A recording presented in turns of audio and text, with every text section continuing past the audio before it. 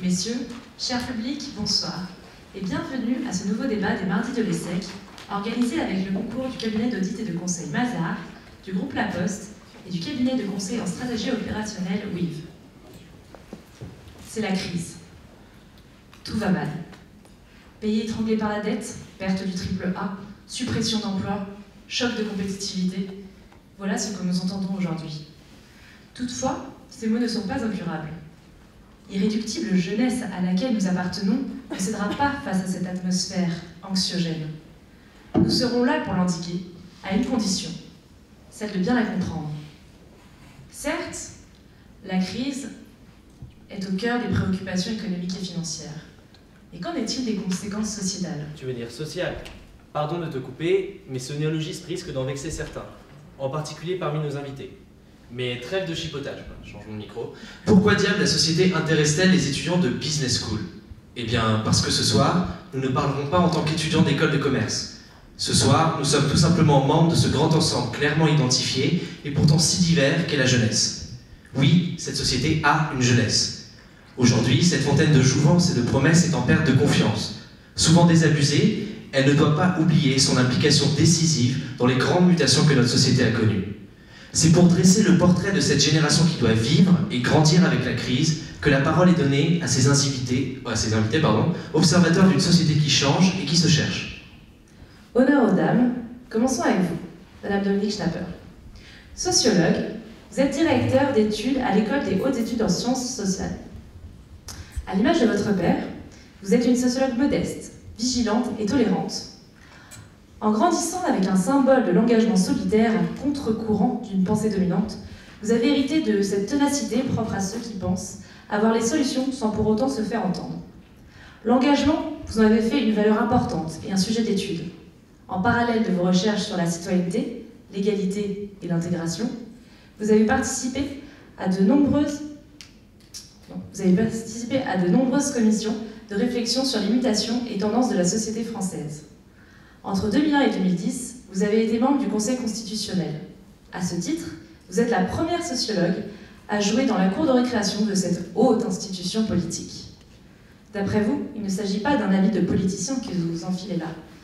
Vous semblez plutôt caractériser votre mandat d'expérience scientifique afin d'en tirer une analyse sociologique. Mais certains diront que vous êtes alors corrompu par le système, par exemple. Oui, par exemple François Dubay. Également directeur d'études à l'EHESS, vous avez placé l'école au centre de vos recherches. Votre style, vous, c'est plutôt de la sociologie à coups de marteau. À l'école, vous deviez être le sale gosse, le jeune en crise d'ado avec sa crête et ses Doc Martens qui se rebellent continuellement contre le système. Votre participation au groupe d'experts de la réforme du lycée de Luc Châtel n'a été que temporaire. Le manque d'indépendance vis-à-vis du cabinet ministériel vous a quelque peu irrité, non? Disons-le franchement, vous avez tout bonnement claqué la porte car vous n'avez pas apprécié que l'on critique vos recommandations. Et vous avez continué dans votre voie. Vous croyez au fléau de la reproduction des hiérarchies sociales et militez contre le privilège et l'élitisme du diplôme. Mon petit doigt me dit que vous n'allez pas rencontrer que des amis dans cette salle. En passant, vous nous faites une crise de la soixantaine avec votre livre « À quoi sert vraiment un sociologue ?» Un compte de se poser des questions sur l'utilité de son métier 35 ans après votre premier écrit, à bientôt 68 ans, en mai. Tiens, mai 68, parlons-en. Vous étiez jeune étudiant à cette époque de remise en cause du système traditionnel. Votre thèse a alors pour objet les mutations de l'éducation et son grand virage d'un système institutionnel stable et cohérent à une promotion à outrance de l'individu selon vous créatrice d'exclusion. Finalement, vous revêtez des habits contradictoires en étant un 68ard anti-mai 68, sorte de Tanguy nostalgique de l'école d'autrefois, cette structure jadis rassurante et quasi maternelle que vous couvrez de votre aile. En parlant d'oiseaux, en voilà un qui a du mal à décoller de son nid. N'est-ce pas, monsieur Delevoye? Médiateur de la République jusqu'à 2011, vous pouvez vous targuer d'avoir divorcé de cette fonction par consentement mutuel puisqu'elle a disparu en même temps que vous l'avez quittée. Actuellement, président du Conseil économique et social et environnemental, vous êtes un peu l'homme qui murmure à l'oreille de l'État. Pensez-vous que cette institution d'une utilité incontestable survivra à votre passage, contrairement à la précédente? Hormis votre apparition éclair au gouvernement Raffarin, vous n'êtes pas vraiment un politicien comme les autres, assoiffé de pouvoir. Avec votre carrure d'1,93 m, vous pourriez être du genre à faire votre loi, à taper du poing sur la table et à foncer dans le tas pour atteindre vos fins titanesques. Mais non, vous êtes ce gentil gaillard du Schnorr, maire de votre tendre ville de Bapaume depuis plus de 30 ans. Les problématiques sociétales ont toujours été au cœur de votre action politique. À chacune de vos apparitions, vous aimez rappeler que nous ne sommes pas en crise, nous sommes plutôt en métamorphose. J'espère ne pas avoir spoilé votre punchline de ce soir. À vous écouter, nous sommes, nous, la nouvelle génération, ces larves insignifiantes qui un jour perceront leur chrysalide pour s'envoler tels de majestueux monarques, des papillons, hein, bien sûr, monsieur Duvet. Pas des rois, nous n'avons pas la vocation à soumettre la population française à notre bon vouloir. Mais monsieur Deloy, quand on est maire depuis plus de 30 ans de la même ville, est-on le mieux placé pour faire l'apologie de la mutation? Faut-il avoir connu le système depuis l'intérieur pour le critiquer, ou bien faut-il justement rester à l'écart? Ne jamais mélanger les torchons et les serviettes de peur de se souiller? Ne risque-t-on pas en effet d'orienter son regard plutôt que de l'élargir? Entre une sociologue qui flirte avec la politique, un autre dont le conflit avec les instances politiques nourrit la réflexion, et un politicien qui se contente d'une relation platonique avec le système, le débat de ce soir s'annonce énergique. Madame, messieurs, aussi, nous n'attendons pas de vous ce soir de vérité révélée à la face du monde, mais nous espérons éclairer avec vous, dans la mesure du possible, l'avenir encore opaque de la société française. Autrement dit, le legs que vous laisserez, ou plutôt confierez, aux jeunes ici présents. Nous vous remercions et vous souhaitons à tous un bon débat.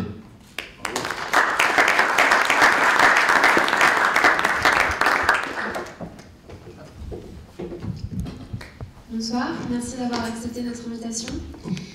Donc, tout d'abord, vous disposez d'un droit de réponse sur la consultation qui a été faite de vous par Dorian et Aline. J'ai vu que vous réagissiez tous suivant ce qui avait été dit. Donc, qui veut commencer?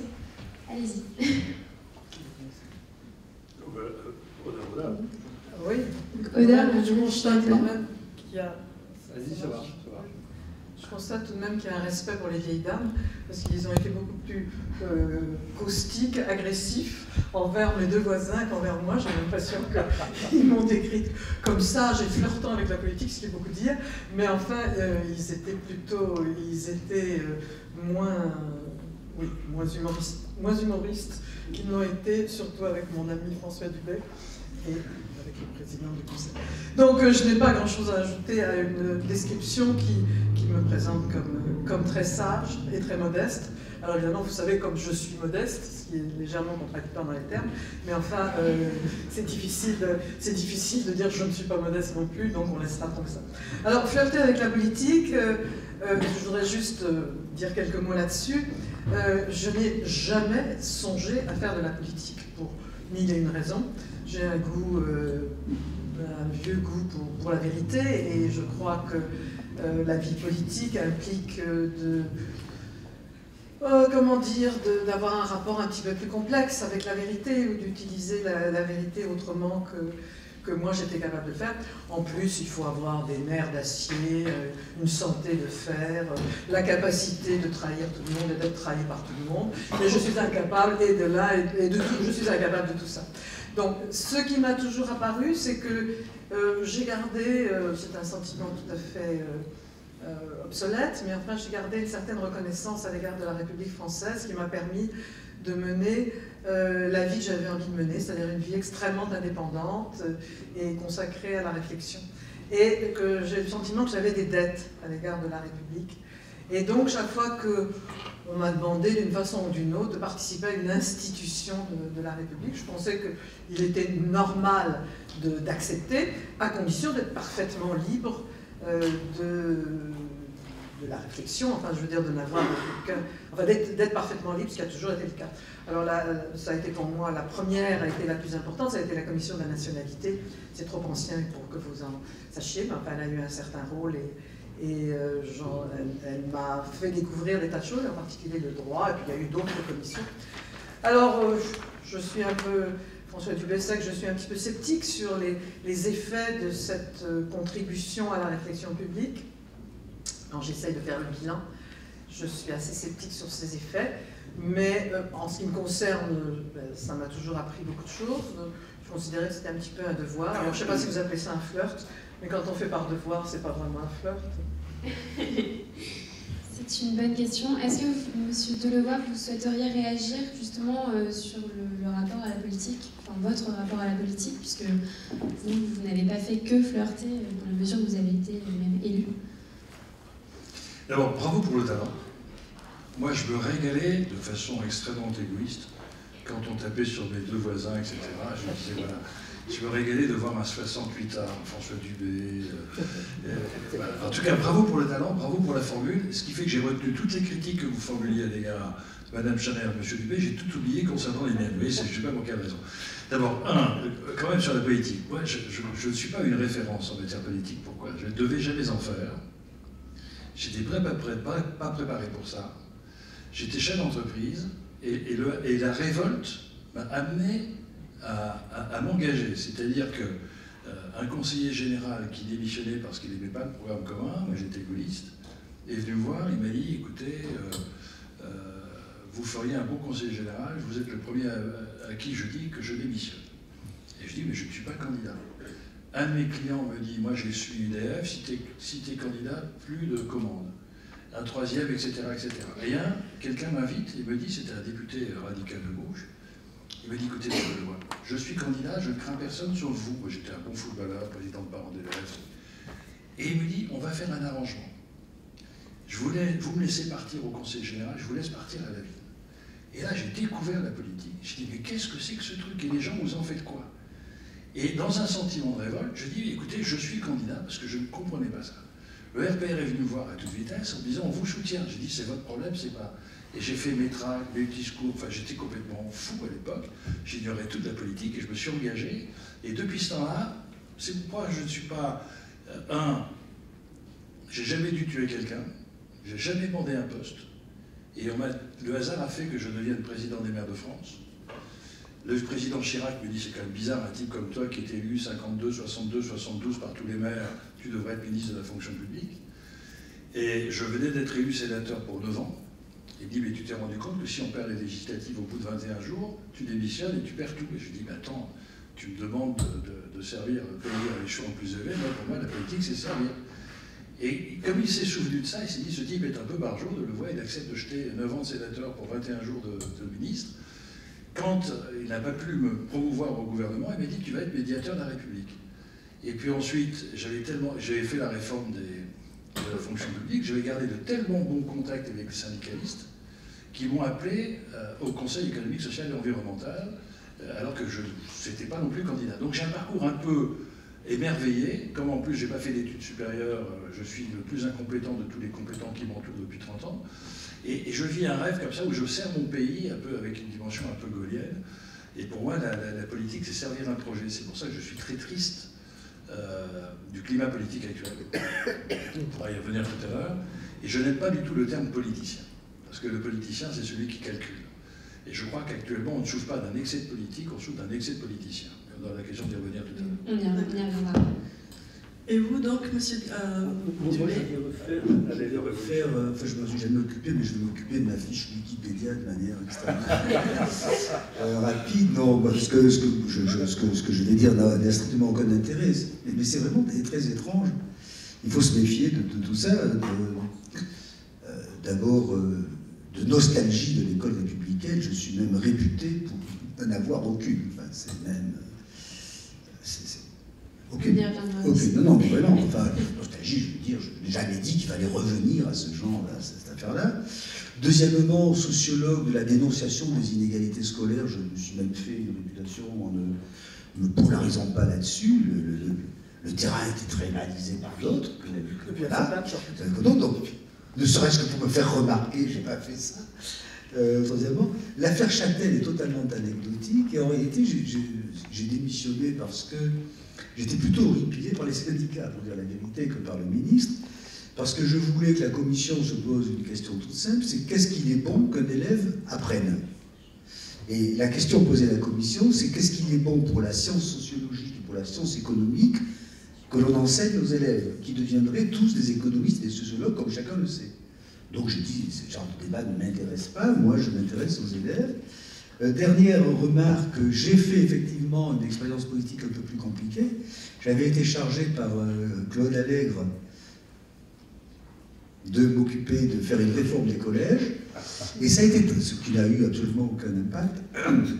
Mais j'ai appris une chose très très importante, qui renvoie un peu à ce que dit Dominique, c'est que la politique et la recherche sont deux activités profondément différentes, et j'en tire au contraire, moi, une certaine estime pour l'activité politique. On peut discuter après, mais je ne voudrais pas être ministre de l'Éducation nationale, je le dis très très nettement, et j'ai même eu un peu de sympathie pour ces gens qui risquent de se faire tuer en place publique quand ils essaient de changer une heure de cours, donc j'ai plutôt la tendresse. Pour le reste, 68, c'est très bizarre, ça va être un effet d'âge. Oui, j'ai beaucoup aimé 68, j'ai détesté le gauchisme, voilà, et adoré 68, j'ai détesté la rhétorique politique, ce qui fait qu'après j'ai toujours vécu plutôt comme quelqu'un d'un peu déphasé. Je raconte une anecdote qui peut être comme ça ridicule. En 81, les Français étaient tout à fait intéressés par une élection présidentielle. J'avais d'ailleurs voté pour le candidat qui a été élu, mais moi je passais ma vie en Pologne à m'occuper de solidarité. Et j'ai éprouvé un sentiment alors de déphasage avec la vie politique française extraordinaire. J'avais le sentiment que mon équipe avait battu l'équipe d'en face, c'était à peu près comme une victoire de Bordeaux sur Saint-Étienne, c'était à peu près l'importance que j'accordais à cet événement. Et j'étais totalement hors jeu parce que j'avais l'impression qu'en Pologne il se passait des choses un peu plus radicales, et d'ailleurs j'avais raison, c'est quand même ce qui... La fin du communisme n'a pas été... Donc vous affectionnez pas beaucoup la politique? Non, j'aime bien la politique, mais je veux dire que je ne suis pas quelqu'un qui est, comme c'est suggéré, viscéralement en colère, réactif à l'égard de la politique. Non. Après, c'est aussi le but de la présentation d'être un petit peu sincère parfois et impertinente. Mais merci pour ce droit de réponse. Alors, comme vous le savez, on vous a invité pour parler des jeunes, de la jeunesse, de la société et de la place que la société ferait aux jeunes. Et la première question qu'on s'est posée en préparant ce débat, c'est qui sont les jeunes? Est-ce que c'est un groupe cohérent? Est-ce qu'il est conscient de son unité? Qu'est-ce qu'on peut en faire? Et peut-être que vous, Madame Schnabel, vous pourriez commencer à parler de ça avec votre regard de sociologue analytique. On fait toujours parler la dame en premier, décidément. On a des rites qui sont...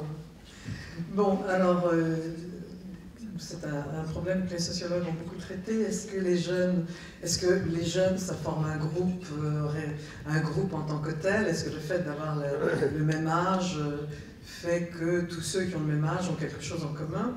Alors évidemment, il faut être un petit peu subtil, c'est-à-dire que vous, les élèves des grandes écoles, c'est pas exactement la même chose que ceux qui, pour une série de raisons, soit sociales, soit personnelles, ou une combinaison des deux, ont décroché du système scolaire à 14, à 15 ans ou 16 ans. Donc il y a évidemment des différences qui sont déjà... à ce qu'on appelle les jeunes, dans ce qu'on appelle les jeunes, des différences qui sont déjà considérables dans les destins sociaux. Donc ça, c'est le premier point. Reste qu'il faut distinguer âge et génération, c'est-à-dire que les âges ne correspondent pas toujours à des expériences communes qui forment ce qu'on appelle une génération, et que les expériences communes, une génération est formée par le fait qu'à un certain âge, au même âge, on a fait la même expérience générale, politique, personnelle, on a fait 68 ensemble, ou bien on est la génération X ou la génération Y en fonction des progrès techniques qui fait que les générations sont maintenant beaucoup plus courtes et qu'on arrive très vite. Alors, je crois que les jeunes ont un certain nombre de handicaps maintenant. Le premier, c'est que tout le monde veut être jeune, et que du coup les générations d'avant ont tendance à ne pas toujours faire leur place, puisqu'ils continuent à vouloir être jeunes, et que le jeunisme ambiant n'est peut-être pas toujours très favorable à l'arrivée des jeunes générations, de ceux qui sont jeunes et qui sont d'une autre, enfin qui ont eu d'autres expériences et qui sont d'une autre génération. Et ça, c'est assez frappant que les générations maintenant se succèdent très vite, parce que, en partie pour les raisons qu'ils ont des manières de vivre qui changent très rapidement avec la technique. La technique s'est mise à changer très vite. D'autre part, les jeunes en France, en tout cas, sont un peu victimes d'une sorte de gérontocratie. On a un petit peu de peine à ouvrir tout à fait les places, et certains de mes collègues ont dit que la lutte des classes avait été remplacée par la lutte des places. Des places. Oui. Bon, enfin. Et justement, alors, enfin, qu'est-ce que vous conseilleriez? Est-ce que, par exemple, vous, Monsieur Delevoye, qui avez été maire pendant 30 ans, vous êtes contre le cumul des mandats ou contre le cumul des mandats dans le temps, par exemple? Moi, j'ai mis un terme, j'ai décidé de mettre un terme, je l'avais annoncé d'ailleurs. Et la première remarque que l'on m'a fait m'a dit « Pourquoi tu t'arrêtes ?» Et je m'arrête tout simplement pour permettre un renouvellement de génération. Et ce qui est intéressant dans la question que vous posez, y a-t-il une seule catégorie de jeunes ou pas? Je crois qu'en réalité, on est dans un bouleversement très intéressant d'un rapport du collectif à l'individu. Et avant, le collectif faisait l'individu, maintenant c'est l'individu qui émerge partout, dans sa créativité, dans son initiative, dans sa personnalité. Et vous, les jeunes, vous allez rentrer dans un monde absolument extraordinaire. Et là où je rejoignais quelques études de M. Dubé, c'est que je trouve que la France a besoin d'un choc culturel. Parce que la France est dans un rapport dominant-dominé. On veut toujours continuer à ce que les anciens dominent les jeunes, etc. Or, vous êtes en train de forger votre personnalité. Et au moment où la force de la France est la créativité, l'innovation, l'imagination dans un monde qui est en métamorphose, tout notre système scolaire vous juge sur un parcours personnel et sur des résultats, quand votre parcours professionnel sera un parcours collectif sur des objectifs. Et que l'on vous met en situation d'échec et non pas de potentialité, avec des mécaniques d'exclusion absolument incroyables. C'est-à-dire qu'aujourd'hui, l'école de la République égalité des chances, en fin de compte, elle vire 150 000 types sans diplôme. Et demain, ceux qui n'ont pas de diplômé, qu'est-ce qu'ils vont faire? Donc on a un rapport à l'activité. Vous, les jeunes diplômés d'un beau niveau, vous avez le monde pour horizon. Le type qui n'a pas de diplôme, il a son quartier pour horizon.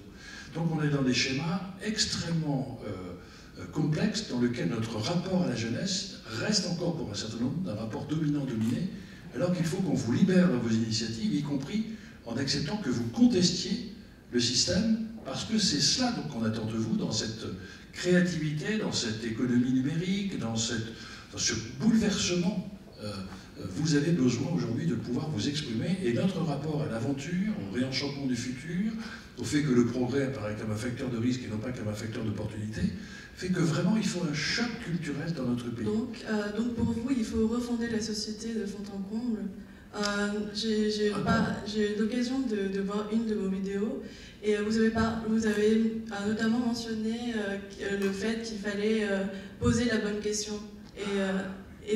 Donc, quelle serait cette bonne question et comment refonder la société dans ce cas?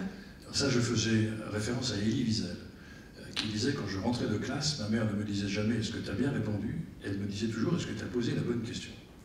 Et je crois que vous, les jeunes, il faut que vous ayez des décideurs politiques à accepter la bonne question. Nous sommes dans un jeu politique qui préfère le confort des réponses à l'inconfort des questions. Et on évoquait cela un peu en meso voce, nous sommes dans une société invraisemblable. La classe politique juge amoral de poser telle ou telle question, alors qu'elle est pertinente. Et aujourd'hui, nous avons des questions qui conditionnent l'avenir de l'Europe, qui ne sont pas posées. C'est l'énergie. Alors, je parle du gaz de schiste, on n'est plus capable d'avoir un débat apaisé dans notre pays, on est instrumentalisé. Donc il faut que vous retrouviez ce genre de choses. Et la bonne question que l'on doit se poser aujourd'hui, j'aimerais bien entendre M. Dubé là-dessus. Moi, ma conviction, c'est qu'à l'école, on ne peut plus obliger à apprendre, il faut aimer apprendre. Et que le transfert de connaissances, vous allez l'avoir sur des ordinateurs. Donc ce qui est important, c'est d'éveiller vos consciences et de faire en sorte que vous soyez des êtres libres de choisir vos propres convictions.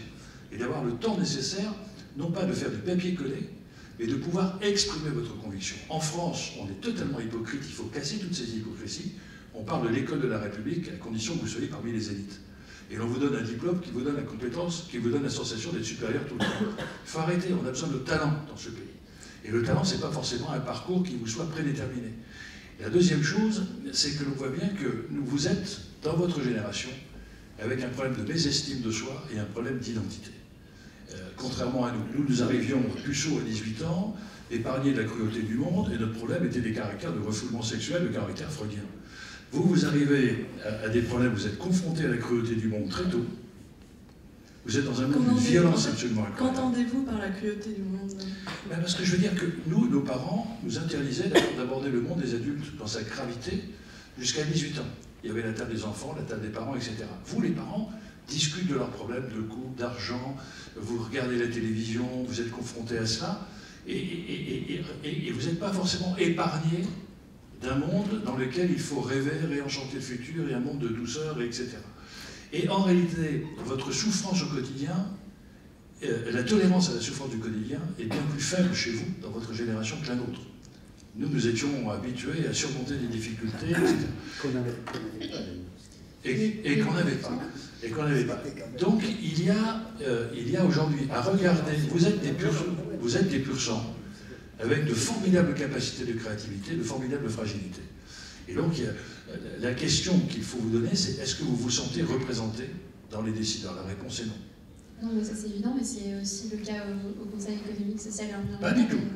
Pas du tout. Nous avons pour la première fois des représentants du monde de la jeunesse, du moment des organisations étudiantes. Alors vous en avez 4 sur 230 membres. Mais vous n'avez pas regardé dans les autres groupes. Vous n'avez pas regardé dans les autres groupes. Alors si vous regardez Mélanie Gradacos, elle a une trentaine d'années, elle est dans le groupe association. Si vous regardez chez les agriculteurs, vous avez plein de jeunes. C'est très curieux que vous soyez déjà sectorisé par le formatage. C'est-à-dire vous ne regardez que dans le conseil que celles et ceux qui font partie des organisations étudiantes. Libérez-vous de ces frontières. Oui, ne soyez pas enfermés dans le conformisme. Le conseil le fait aussi. Le conseil, ils ont une bonne raison, ils ont une excuse pour le faire. Voilà. Non, mais voilà. Donc on a beaucoup de rapports qui sont émis par des jeunes de 25-30 ans sur le logement des jeunes, sur l'inégalité des droits aux jeunes, sur la problématique de l'inégalité à l'école, sur la problématique de l'investissement social. On vient d'avoir une très belle étude de Bruno Panier là-dessus. Et les jeunes prennent leur place, s'expriment. Quelquefois ça agace, parce qu'il faut admettre aussi que quelquefois il y a une espèce de résistance, on souhaiterait un conformisme. Or ce monde est à inventer, il est à imaginer, et c'est vous qui allez l'avoir dans les mains. Mais est-ce que vous ne pensez pas que c'est un peu paradoxal tout ce que vous avez dit? Parce que vous avez dit qu'on était confronté à des choses très très difficiles, et en même temps on constate que ces choses ne nous unifient pas. Et ne nous unifie pas, mais on n'arrive pas à se constituer comme une génération justement pour agir face à ça, renouveler les institutions, renouveler le monde. Et que faire finalement? Parce qu'il est évident que chacun tout seul ne pourra pas changer. Alors comment faire? Parce que, par exemple, alors, en France, ne tombez pas dans le piège de l'unité qui est conjuguée sur la forme de l'uniformité. La France a un problème dans cette diversité qu'elle récuse. La France est diverse. Votre génération est diverse. Et donc, il ne peut pas y avoir une réponse unique. Mais comment arriver à concilier l'unité et la diversité? Comment concilier l'horizontalité et la verticalité? C'est des problèmes d'équilibre. Et ce qui me paraît important, je vous sous-estimez dans votre... Quand vous aviez, à un moment donné, regardez cette formidable aventure, le gouvernement prend une décision concernant les plus-values des cessions de société. Immédiatement, les start-up, composés par la majeure partie de jeunes de 35 ans, font émerger par le mouvement des pigeons le fait qu'il y a une conséquence qui n'a pas été prise en compte. Réunion de gouvernement, remise en cause immédiatement de la décision qui a été votée par le Parlement. Donc aujourd'hui, il y a des mobilisations citoyennes, il y a des mobilisations collectives qui se font, non pas par uniformité des groupes, mais par rassemblement autour d'un sujet, autour d'un projet. Et donc, ne sous-estimez pas votre capacité d'interpellation. Je trouve qu'elle est, au contraire, n'a jamais été aussi forte. Est-ce que vous pensez que les réseaux sociaux, par exemple, ont pu modifier la manière dont on interpelle, dont on communique? Ça, c'est une question pour tous les trois, parce que je pense que le regard de quelqu'un qui est confronté à comment les personnes s'unissent grâce aux réseaux sociaux et le regard d'un analyste là-dessus est peut-être différent. Alors, soyez attentifs, ce sera une seule phrase pour moi. Les réseaux sociaux, vous avez beaucoup d'amis, et quand vous avez un problème, je n'aurais jamais été aussi seul. C'est-à-dire qu'on se parle de plus en plus et on s'écoute de moins en moins. Si on ne s'écoute pas, il n'y a pas d'empathie. S'il n'y a pas d'empathie, il n'y a pas d'aventure collective. Donc, soyez attentifs à tout ça. Mais enfin, je pensais aux réseaux sociaux, nouvelles technologies, il y a aussi des sites de pétition qui ont beaucoup émergé, ce genre de choses, qui permettent de se rassembler et beaucoup plus facilement qu'avant. Peut-être là, on peut faire émerger des consciences mondiales. Vous savez, on est en train de préparer la COP 21, la réunion internationale en 2015.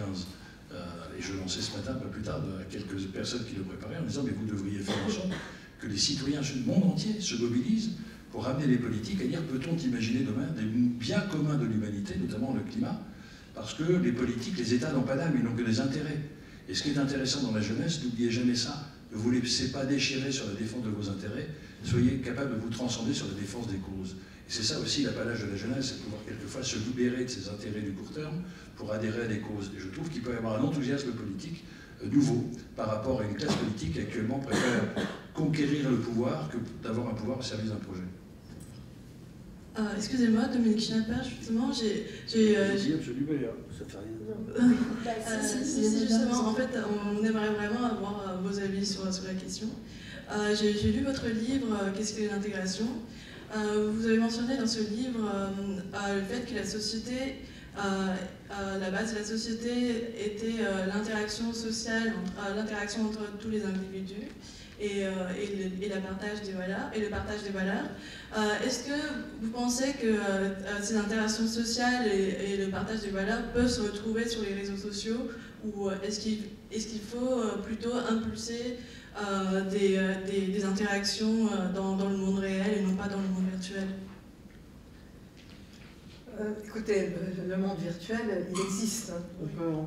Là-dessus, on peut réfléchir sur ce qu'il veut, mais je veux dire, on n'a pas à choisir entre le monde réel et le monde virtuel. La technique s'impose et crée le monde virtuel. Alors, on a tendance à y voir la manière dont peuvent se réunir tous les êtres humains par-delà les frontières, par-delà les... Bon. Et évidemment, c'est pas vrai. La technique en tant que telle n'est pas la source des relations sociales. Les relations sociales, moi je raconte toujours, j'ai une petite fille qui a passé 1 an à Hawaï, et évidemment on se regardait sur Skype, et quand elle est revenue, sa mère m'a dit: est-ce que tu la trouves changée? J'ai dit non, je la voyais chaque semaine sur Skype, et alors là-dessus, elle avait 5 ans et demi, elle a saisi mon bras, elle a dit oui, mais on ne pouvait pas se toucher. Et c'est vrai que j'ai trouvé que c'était un mot définitif, c'est-à-dire que les relations par le monde virtuel sont de nature différentes, elles sont instrumentales, elles sont un moyen de mettre en contact, mais elles ne suffisent pas pour qu'il y ait un véritable échange ou une véritable communication. Alors c'est admirable, c'est le produit d'une densité de découvertes scientifiques et d'intelligence absolument... Nous y habitions et nous oublions combien ça révèle d'intelligence scientifique sur le temps, mais en même temps, il ne faut pas voir dans les réseaux sociaux le moyen d'assurer les échanges entre les hommes et de changer la nature des relations sociales. C'est-à-dire que c'est un instrument différent, c'est pas une nouvelle forme d'existence des sociétés. Donc ces réseaux sociaux ne œuvrent pas du tout pour l'unité et la cohésion entre les Je ne dis pas qu'elles n'œuvrent pas du tout, je vous dis que les relations qu'elles établissent entre les personnes ne sont pas les relations qui forment nécessairement une relation humaine, c'est-à-dire à la fois sociale et personnelle. Alors, comme disait mon voisin, nous, les vieux, on trouve un petit peu surprenant d'appeler amis plusieurs centaines de personnes, parce qu'on a une autre conception de l'amitié et de l'engagement. C'est simplement des gens avec lesquels on échange des mails et des informations. Et la communication, ce qu'on appelle la communication, c'est pas ça la relation humaine. Mais je crois que nous aussi, les jeunes, on a conscience qu'être amis sur Facebook ne je sais pas être ami amitié dans le sens que dans le monde réel. Mais du coup, pour vous, les réseaux sociaux ne peuvent pas jouer le rôle de relais pour une cause plus importante, par exemple. Ils peuvent aider, je veux dire, ils peuvent aider, ils permettent de rassembler rapidement des gens qui auraient mis beaucoup de temps à se rassembler. Donc l'instrument peut avoir des effets sociaux, mais il n'a pas en tant que tel un effet sur les relations sociales. Je veux dire, on a beaucoup dit au moment de des mouvements de Tunisie et d'Égypte que ça avait permis de rassembler rapidement des gens qui avaient le même sentiment, et c'est vrai que ça a un effet d'accélération dans les relations, mais c'est pas l'aspiration à la liberté n'a pas été créée, qui s'est exprimée dans ces moments-là, n'a pas été créée par les mouvements sociaux, et dans la facilité, le rassemblement des personnes qui voulaient agir. Mais c'est pas parce qu'il y avait un réseau social qu'elles voulaient agir. Mais justement, face à cette accélération des échanges et à cette accélération du rythme quotidien finalement des jeunes, est-ce que vous ne pensez pas que l'État est complètement dépassé? Comment est-ce que l'État pourrait s'adapter? C'est peut-être vous qui allez répondre, monsieur Delevoye. Mais j'aimerais que monsieur Tubet réponde aussi un jour. Non. Je sais pas, est-ce que vous avez quelque chose à dire sur le sujet alors? Oui. Bah alors- Il a toujours quelque chose à dire. Alors on aimerait bien vous entendre sur du coup l'impact des réseaux sociaux sur l'État. Pardonnez-moi, très rapidement, ce qui me frappe dans les réseaux sociaux, c'est que leur capacité de... Je parle de réseaux sociaux et mobilisation. Leur capacité de dire non est plus forte que leur capacité de dire oui. Et aujourd'hui, un des problèmes, je veux dire, il y a 15 jours, une rumeur folle circule sur les réseaux, le gouvernement recule, demain telle autre rumeur, et avec d'ailleurs des problèmes très intéressants, c'est que le bon grain de l'information livrée de la rumeur se mélange, ce qui pose des problèmes importants. Voilà. Il n'y a pas de contrôle. Il n'y a pas vraiment. Il n'y a pas de contrôle dans le monde virtuel. Comprenez, je ne suis pas plus contre les réseaux sociaux que contre la pression atmosphérique. Je dis simplement, on est plutôt dans une démocratie démocratie du soupçon, de la négation. Le réseau rassemble des gens, les pigeons, qui disent on n'en veut pas, alors on enlève, et puis après. Voilà, donc on est un peu dans une situation d'une démocratie du soupçon, de la défiance plus que de l'assentiment. Mais après tout, il n'y a pas de raison que ça ne dure pas. Et je crois aussi que c'est lié à un climat. Si je regarde, je prends deux fonds, vous parlez de la jeunesse, je rappelle, c'est une invention assez récente. Grosso modo, la jeunesse apparaît dans les années 1950 aux États-Unis quand on allonge les études et qu'il y a de l'argent. Quand on est dans une société pauvre, la jeunesse est si courte que c'est pas très important. À partir des années 50-60, vous avez une jeunesse qui est assez contrôlée socialement, c'est-à-dire Parti communiste, Église catholique, système scolaire, enfin on n'est pas là pour rigoler. Mais vous avez une jeunesse qui est extrêmement confiante dans la société parce que chacun est sûr qu'il aura une place. Moi, si je me rappelle ma propre jeunesse, pas très drôle, mais alors aucune inquiétude sur l'avenir. Et je dirais, aucun de mes copains ne s'inquiète sur l'avenir, il y a une place qui l'attend. Je crois que 50 ans après, on est dans une situation totalement inversée. La jeunesse aujourd'hui me paraît culturellement extrêmement libre, mobilisée, armée, et dans tous les milieux sociaux. Enfin, je veux dire, il y a un ton de liberté culturelle extrêmement grand. Comme vous le disiez, je vois d'ailleurs chez moi, tous discutent, tous négocient, c'est extrêmement pénible d'ailleurs. Voilà. Et en même temps, il y a une panique sur l'avenir social. Il y a une panique sur l'avenir social. Et la jeunesse, au fond, n'existe pas, pour reprendre un mot célèbre, parce que le mot que posent les parents le soir à la sortie du collège, et vous l'avez entendu ce mot, c'est pas as-tu posé une bonne question, c'est t'as eu quelle note. Et la deuxième question, c'est et les autres, combien ils ont eu. Parce que il suffit pas d'avoir eu 17, c'est mieux si les autres ont eu 14. Bon. Et à partir de là, on est dans une situation en France extrêmement... c'est une situation qui est générale, il y a du chômage, etc. Mais on a des enquêtes internationales, et je voudrais en dire un mot avant de laisser le micro. Les enquêtes internationales sont quand même un phénomène extrêmement inquiétant et régulier, c'est l'hyper-pessimisme des jeunes Français. Enfin, on a quand même des choses très étonnantes. Les jeunes Espagnols sont à des taux de chômage de 35-40%, enfin, c'est absolument invraisemblable. Ils ont beaucoup plus de morale que les jeunes Français. Les jeunes Français sont dans les enquêtes internationales, je suis nul, je suis pas bon, des enquêtes incroyables, 60% des gens vous disent je vais finir SDF, ce qui est matériellement impossible, parce que le taux de propriétaires de logement est supérieur à ce taux. Voilà. Alors là, on pourrait s'interroger sur ce qui fait qu'on est en France dans une situation très particulière de la jeunesse. Et à mon avis, ça a été dit tout à l'heure, c'est quand même notre, je ne vais pas dire notre école, mais notre modèle scolaire. C'est-à-dire qu'on fait fonctionner l'école comme une énorme gare de triage. Alors vous n'y voyez aucun reproche, et je vous en félicite, vous êtes les vainqueurs. Je ne sais pas si je vais travailler à l'OMS, dans une grande entreprise pharmaceutique, etc. Et en bas de la chaîne, mais c'est la conséquence, je veux dire, c'est un phénomène mécanique, c'est un phénomène mécanique. En bas de la chaîne, il y a des types qui disent, moi, Même s'il y a reprise économique, il n'y a pas de boulot pour moi, je regarde passer le train, ça ne me concerne pas, etc.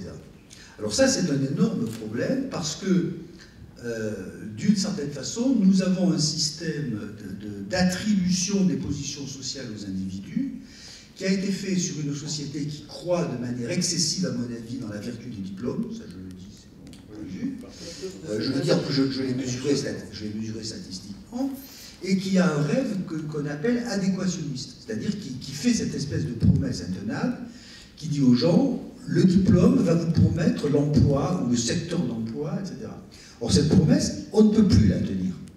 Mais on garde cet idéal, ce modèle. Ce qui fait qu'on se bat comme des chiens pour avoir les bons diplômes, et que les autres foutent le feu aux écoles, n'y croient pas, démissionnent, deviennent extrêmement désagréables, mais ce que je veux faire comprendre comme sociologue, c'est que c'est un système, il ne s'agit pas d'accuser, c'est une espèce de système. Et je crois qu'il faut qu'on sorte de cette situation. Évidemment, l'emploi, ça serait bien, etc., etc., mais l'idée qu'on ne peut pas confier, déterminer au fond le destin d'un individu, convaincre les individus que leur destin se joue à 17 ans. Après aussi, ou alors vous avez un système qui se crispe, ce qui fait qu'il n'y a pas de mobilisation de la jeunesse, il y a des jeunesses qui se mobilisent, vous touchez le CPE, la jeunesse de classe moyenne universitaire a peur, vous avez un incident policier, la jeunesse des banlieues met le feu au quartier, et le gouvernement prie pour que les deux mouvements ne se déroulent pas au même moment, parce que, c'est pas une blague, il n'y a plus assez de flics. Pour en avoir, et dans les banlieues, et place d'Italie, dans les manifs d'étudiants. Donc je crois que l'enjeu que nous avons, c'est de retrouver, ou de trouver, ou d'inventer un système de formation qui réouvre le jeu, avec, d'un côté, je m'arrête de mots pour bien être compris, parce qu'après tout, les sexes, c'est pas n'importe où. Je ne suis pas contre les formations d'élite. Moi, je suis très content qu'il y ait des élites sportives, musicales, scientifiques, ça va très bien. Le reproche qu'on peut faire à la France, je crois, c'est que la formation des élites détermine la totalité du système scolaire. C'est-à-dire que même si vous ne connaîtrez jamais le parfum de l'odeur de l'esquisse d'une élite, vous êtes socialisé dans l'école à partir d'un modèle qui vise la formation des élites. Et c'est en train de devenir explosif et très contre-productif. Je peux vous renvoyer aux enquêtes internationales. Nos élites ne sont pas si bonnes que ça. Elles sont plutôt rares par rapport à d'autres pays.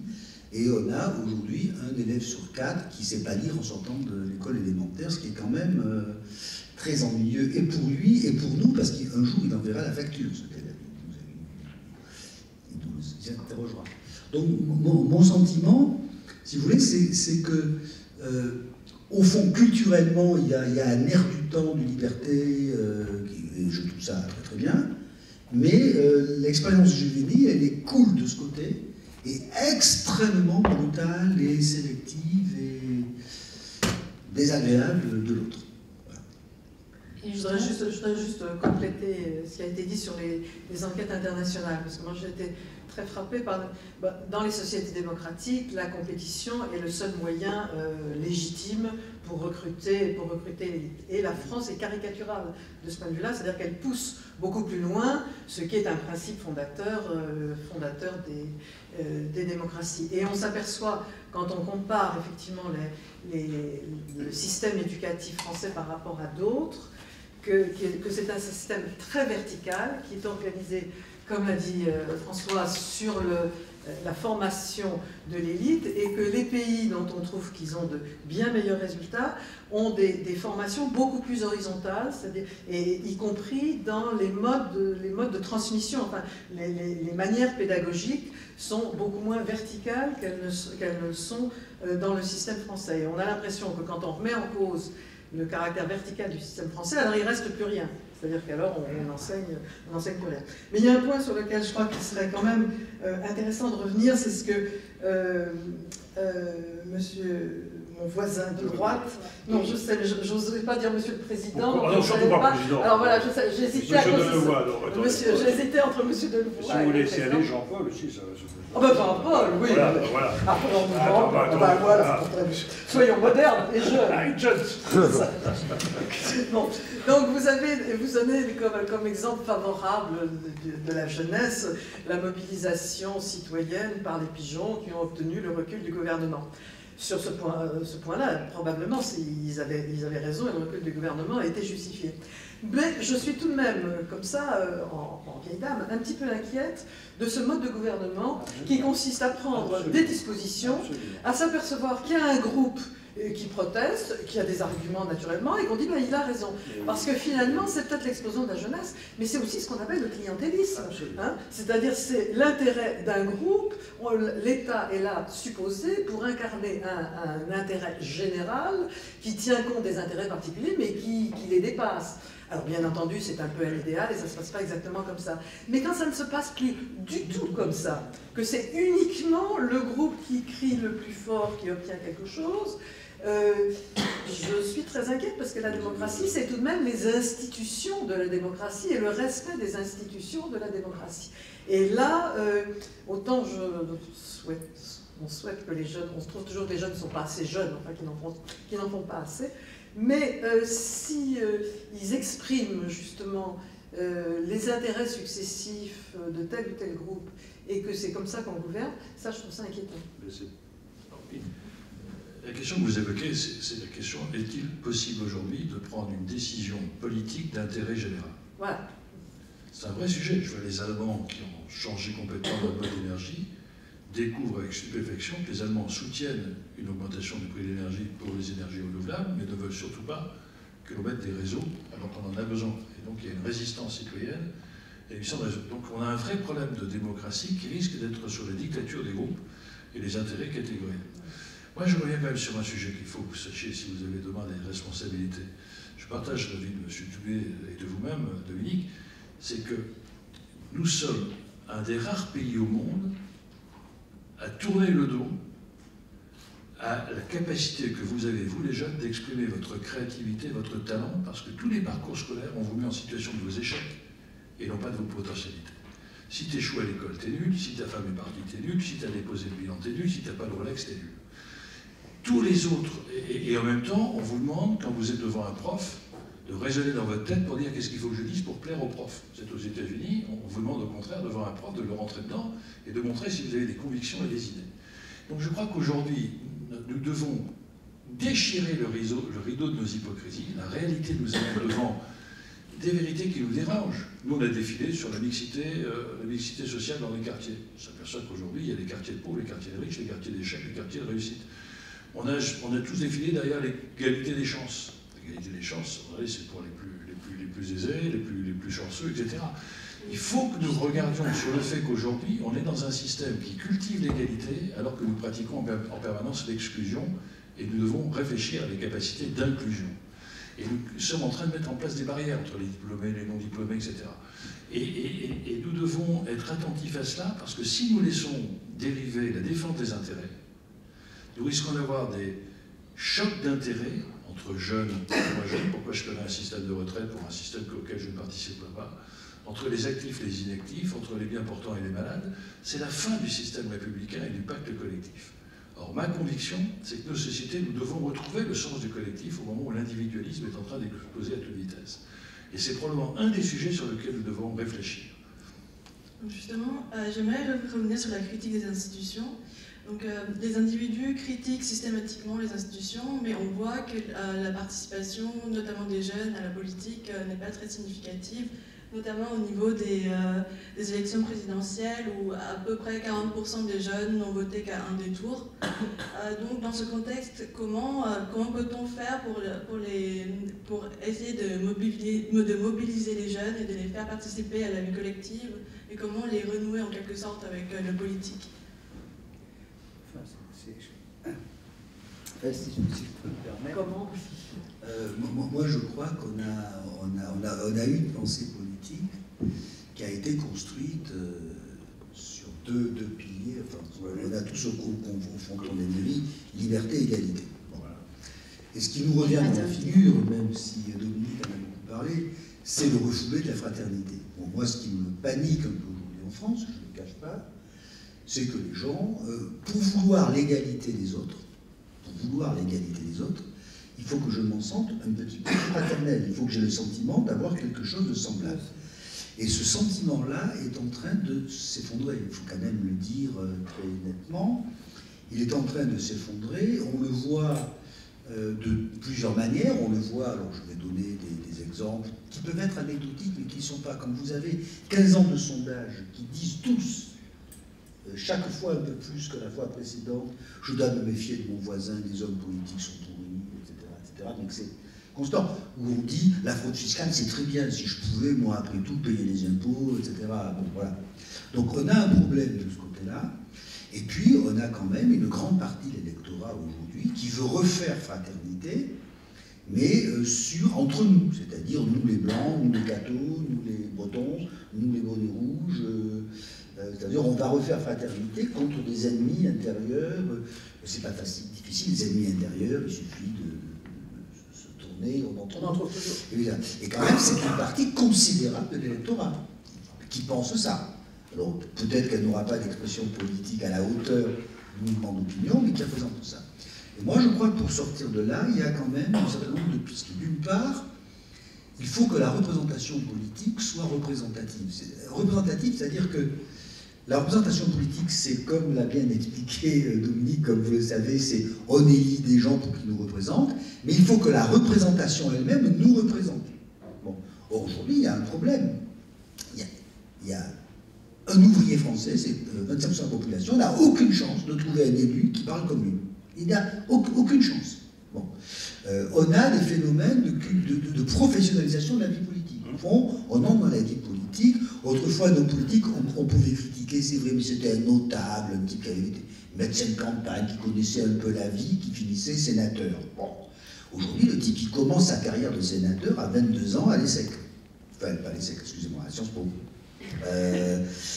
Il n'ira jamais la société. Donc on a un véritable problème là-dessus.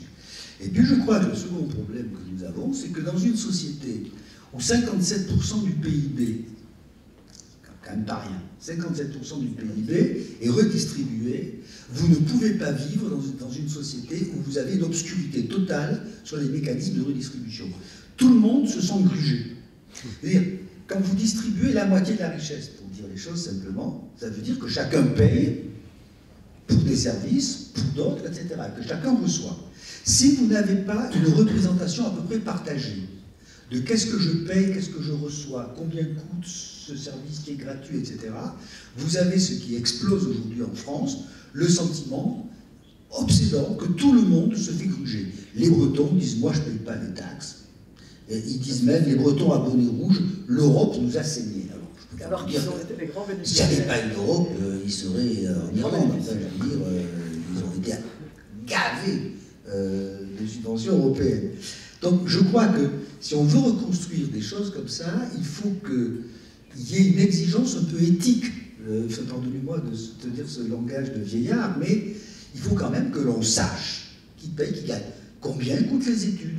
Combien elles rapportent? Combien coûte un système de santé? Qui est soigné? Je roule sur une route, il faut bien que j'ai une idée que cette route a été entretenue et payée. Alors moi, je suis frappé quand on regarde les enquêtes, que les gens vous disent c'est illisible, c'est incompréhensible, on ne sait plus comment ça marche, on s'en fout, chacun pour soi. Et moi, je suis plutôt inquiet parce que c'est ça qui fait qu'on n'a plus cette capacité politique et que chacun se sent autorisé. Alors les chauffeurs de taxi, la semaine dernière, les profs de classe prépa il y a 15 jours, deux fascistes anti-genre il y a 3 semaines, on peut faire la liste et remonter jusqu'à la fin. N'importe quel lobby peut dire, même pas lobby, groupuscule, peut faire qu'aucune décision politique ne se prend. Et c'est quand même, excusez-moi, pas bon signe du tout. Voilà. Je voudrais juste ajouter un mot sur la représentation. Normalement, les assemblées représentatives ne sont pas à l'image de la société. Ce n'est pas la société en réduction. Elles sont ceux auxquels nous déléguons notre pouvoir de citoyen sont normalement plus âgés, plus compétents, plus savants que la majorité. Mais ce qui est très important, c'est que certains groupes ne se sentent pas systématiquement écartés de la représentation. Et je crois que nous sommes dans la situation où effectivement le recrutement est trop étroit dans les mêmes catégories et qu'il y a des tas de catégories, dont les jeunes, les femmes, les descendants d'immigration, les catégories les plus modestes, ont le sentiment qu'ils ne sont pas représentés parce qu'ils ont le sentiment d'être exclus de cette représentation. Mais comment changer ça? Quel type de moi soutien, par je suis, exemple, comme le sait Jean-Paul, moi je suis radicalement pour l'absence de cumul des mandats. Je trouve qu'on augmenterait la participation politique quasi mécaniquement en interdisant tout cumul des mandats. Et que ça donne une chance qu'il y ait moins cette professionnalisation que je déplore autant que François Dubet, et qui d'un coup ferait un espèce d'appel d'air. Or, la France a toujours été un pays très politique par lequel l'intégration des populations d'origine étrangère s'est beaucoup faite par les syndicats, par les partis politiques, par la participation politique, et qu'avec le cumul du mandat, c'est un des facteurs qui fait que ça ne fonctionne plus avec les nouvelles générations. S'il y avait 3 fois plus de postes, ben on aurait plus de chances de les faire participer. C'est un problème de chaise musicale. Oui. Moi, j'ai fait une recherche sur pourquoi les femmes n'entrent pas en politique. C'est très simple, il n'y a pas de place. Ben oui, c'est pas qu'on soit contre que les femmes entrent, simplement on ne veut pas donner sa propre place.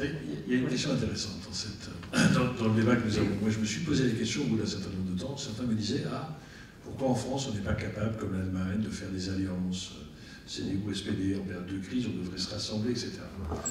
Et je me suis toujours posé la question, est-ce que c'est le politique qui fait l'opinion qui fait le politique? Et derrière, je me pose la question de savoir si notre jeu institutionnel ne structure pas aussi une offre politique qui n'est plus en phase avec la société.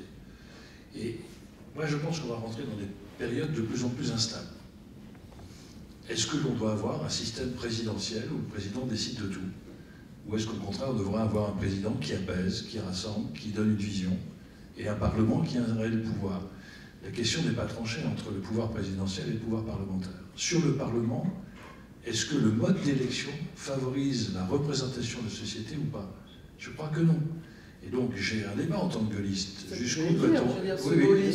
Oui, non mais j'ai un débat parce que... Moi j'ai voté non contre cette constitution. Oui, mais en réalité, ce qui est intéressant dans ce que vous voulez dire, c'est oui, on cloisonne quelqu'un, ça c'est un jeu politique absolument incroyable. On m'étiquette gaulliste, ce que je revendique. Ça veut dire qu'il faut... Non, mais attendez, je revendique ma philosophie gaulliste. Et ça veut dire qu'au nom de cela, on dit vous devez garder les images des années 60 pour la société de demain. Être gaulliste, c'est pas du tout garder le poids du passé, c'est au contraire d'adapter. Et on demande à l'avenir de s'adapter à nos institutions. Et moi, je pense qu'aujourd'hui, la diversité de la société, la volonté des individus de s'exprimer. Avant, comme le disait M. Dubé vous-même, avant, on était de droite, on était cathos, on était ouvrier, on était communiste, etc. Maintenant, on est complètement perturbé, on peut être musulman, homosexuel, de droite. Donc, tout est en train de s'éparpiller. Et les jeunes n'appartiennent plus à une catégorie. Ils choisissent. Donc la société est diverse dans sa demande politique, elle est diverse dans son offre, elle devrait être diverse dans son offre politique. Or aujourd'hui, l'offre politique est hypocrite. Pourquoi? Parce qu'à gauche, les gens ne s'entendent pas du tout, sauf pour le pouvoir. À droite, c'est un divorce permanent avec des vaisselles qui sortent, sauf pour le pouvoir. Donc l'opinion regarde un jeu politicien où il n'y a plus un débat d'idées, il y a un jeu de conquête de pouvoir. Et donc ça, c'est quelque chose sur lequel il faut que nous soyons attentifs. Mais ajouter le mode de scrutin, et le mode qui de fait scrutin. que la gauche est obligée de mettre M. Mélenchon dans l'affaire et la droite de mettre Mme Le Pen. Voilà. Donc, ça veut dire qu'à mon avis, il faudrait que nous réfléchissions un peu à des évolutions institutionnelles. Et ça, c'est un débat dont on voit bien qu'il est un peu séquencé. Sur la problématique, moi je crois qu'aujourd'hui, la force de la nation, elle attirera de ses territoires. Et que les engagements de cette proximité sont extrêmement importants sur le plan local. Et vous, les jeunes, on voit bien qu'il y a un apprentissage à l'engagement. Moi, je vois des expériences de conseils municipaux d'enfants, on voit celles et ceux qui sont passés, qu'on retrouve dans les associations, qu'on retrouve. Oui, votre jeunesse est bien plus engagée, bien plus prête à des engagements. Mais justement, ce qu'on constate, c'est que dans ces conseils municipaux d'enfants, souvent, ce sont des enfants issus de milieux très favorisés. dont les parents étaient plus intéressés. Et souvent quand même, l'écueil de la démocratie participative dès le plus jeune âge, c'est que elle reproduit des inégalités qui étaient déjà, qui existent dans les instances officielles. Vous ne voulez pas reproduire Oui. les inégalités. Alors. À l'école, n'apprenez pas à lire aux enfants. Bah oui. Si vous ne voulez pas reproduire les inégalités à l'école, je vous suggère de ne pas apprendre à lire aux enfants. Parce que dès que vous apprenez à lire aux enfants, les enfants dont les parents savent lire depuis 4 générations lisent mieux que les autres. Donc c'est pas... C'est inévitable. On peut faire de gros efforts et tout le monde a intérêt à apprendre à lire, mais c'est pas un argument vraiment très... Est-ce qu'il n'y a pas une étude qui vient de sortir, M. Dubé, selon laquelle la différence d'apprentissage de mots selon le caractère favorisé ou défavorisé, Dès 3 ans, dès 3 ans, 4 ans, Des contests, il faut dire les choses très simplement, des contests, l'effet de l'origine sociale se manifeste. Oui, parce que nous sommes tous des animaux sociaux. Ceci dit, il y a des choses bien plus intéressantes. Par exemple, si vous avez une origine sociale défavorisée, mais vous êtes dans un bon établissement, c'est quand même mieux que d'avoir une origine sociale favorisée dans un mauvais établissement. Donc, on peut faire des choses. Par exemple, être une fille, c'est un avantage considérable. Je suis tout à fait agacé par l'histoire d'égalité garçons-filles à l'école. Évidemment, je suis pour l'égalité des filles et des garçons à l'école, mais à l'école, c'est les filles qui gagnent, mais alors, elles ont 1 an d'avance sur les garçons. Bon, en moyenne. Voilà. Mais l'école, pas forcément à terme. Alors, Après, à l'école, elles gagnent. Après, Après, vous allez faire les enfants, c'est vos petits camarades qui seront numéro 1, vous serez numéro 4. Mais ça, c'est un autre problème. Pour le moment, vous avez à l'école gagné par rapport aux garçons. Donc il faut regarder les choses un peu précisément là-dessus, parce qu'il y a toujours une marge d'action, il y a toujours une capacité d'agir. Il y a des lois, des fatalités, mieux vaut être grand, beau, riche, intelligent, etc. Mais quand même, il y a des capacités d'action. Je vais donner un exemple extrêmement simple. Avec une amie, Marie Curie, on a fait ce qu'on appelle le benchmark, c'est-à-dire on s'est amusé à faire tourner des statistiques planétaires, ce qui est un exercice qui rend à moitié fou, parce qu'on a le sentiment d'être le maître du monde à un moment donné, on comprend tout, enfin, c'est ridicule comme exercice. Mais bon, les gens de l'OCDE font ça tous les matins et tout le monde est fasciné. Vous constatez par exemple que dans tous les pays du monde, les enfants de classes favorisées travaillent mieux à l'école, réussissent mieux à l'école que les autres. Mais vous constatez que l'amplitude des inégalités sociales et l'amplitude des inégalités scolaires ne sont pas corrélées. Ce qui veut dire que, par exemple, en France, et la France est un pays à faibles inégalités sociales et à fortes inégalités scolaires, alors que le Canada est un pays à plus fortes inégalités sociales, mais à très faibles inégalités scolaires. Donc, l'école peut faire quelque chose. Il faut arrêter de dire, je ne dis pas ça contre vous, mais dire ils ne font rien, et chaque fois qu'on fait quelque chose, de dire de toute façon ça ne changera rien parce qu'il y a une sorte de fatalité horrible qui fait que tout ce qu'on peut. Nous avons des marges d'action extrêmement importantes. Si on vise le paradis, bon, je crois qu'il est le mieux de ne rien faire. Mais si on vise de vivre dans un monde un peu moins désagréable, on a des capacités d'action tout à fait considérables. Mais justement, ma question c'était quelles actions vous vouliez parler, monsieur Delevoye? Non, mais je voulais dire, j'appelle le pays non pas un choc de compétitivité, mais un choc culturel. Pour reprendre l'exemple du Canada, au Canada, il n'y a pas de notion de supériorité. Que vous soyez fils du PDG ou fils du balayeur. Il y a une reconnaissance en tant qu'individu. Et l'école est faite pour que vous soyez un citoyen. En France, il va falloir qu'on arrête cette hypocrisie. On est en permanence dans le jugement de la hiérarchie sociale. Je suis supérieur à l'autre. Il y a des expériences terribles qui ont été faites par Yann Algan, d'abord, en disant est-ce que vous souhaiteriez un salaire bas, mais qui soit supérieur aux autres, ou un salaire plus élevé qui soit inférieur à ceux qui vous entourent. Les gens préfèrent la notion de supériorité. Donc, et en France, on a dans le parcours de l'école des mythes sur l'égalité des chances. C'est une formidable hypocrisie. Et d'ailleurs, vous-même, vous évoquiez ça. La société est inégalitaire. On n'a pas les mêmes potentiels. Ce qui est important, c'est qu'on vous permette d'aller jusqu'au maximum de vos capacités, de vos talents. Et là, c'est l'égalité des parcours. Donc on voit bien qu'on a une évolution culturelle à entreprendre, et vous, les jeunes, vous devez avoir des capacités d'engagement qui commenceront sur le plan local. Or, on a un problème par la gestion du pouvoir en France, dans une entreprise, vous cherchez à recruter les meilleures compétences et vous êtes challengé par les compétences qui vous entourent. Dans les milieux politiques, dès que quelqu'un apparaît comme un talent ou une compétence, il devient un concurrent et on cherche à l'éliminer. Donc on a un vrai problème. Et le problème, c'est, j'entendais votre cruauté tout à l'heure en disant que je n'aurais pas pu faire de la politique parce que on doit tricher, etc., etc. J'ai pris ça en pleine poire parce que moi, j'ai jamais triché. J'ai jamais... Vous savez très bien que vous êtes un politique atypique. Vous nous l'avez expliqué tout à l'heure. Oui, mais ça m'attriste ce genre de choses. Ça m'attriste parce que si on doit commencer à torturer ses convictions parce que le pouvoir l'emporte sur l'application de vos convictions, vous êtes en hypocrisie par rapport à vous-même et vous êtes en train de tricher. Mais nous-mêmes, on est tous aussi des tricheurs, les électeurs. Parce que moi, souvent, je pose la question aux électeurs en disant, voilà, vous voulez que les politiques vous séduisent. Est-ce que vous êtes capable de voter pour un politique qui vous dit la vérité au moment des élections présidentielles? On n'a pas essayé. Oui, on a aussi, c'est ça. Ah oui, mais Quand on a essayé, Raymond a essayé et il a échoué. Rocard a Tous ceux qui essayé. étaient Voilà. supérieurs intellectuellement ne sont pas devenus présidents de la Moi, République. je suis extrêmement interpellé, je me dis, est-ce que le système démocratique est un système qui permet de choisir le meilleur?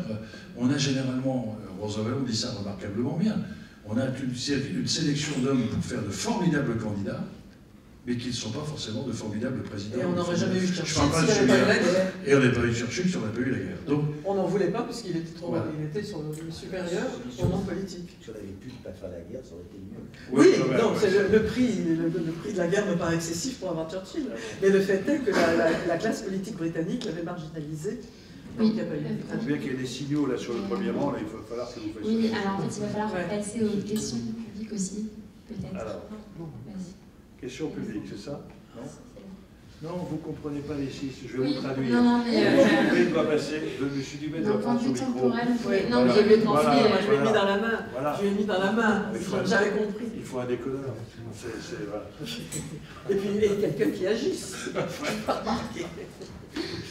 Alors, allez-y. Alors, qu'est-ce qu'on fait? Non, non, mais ils ont des questions. Donc on a peut-être une dernière question sur le sujet de l'immigration.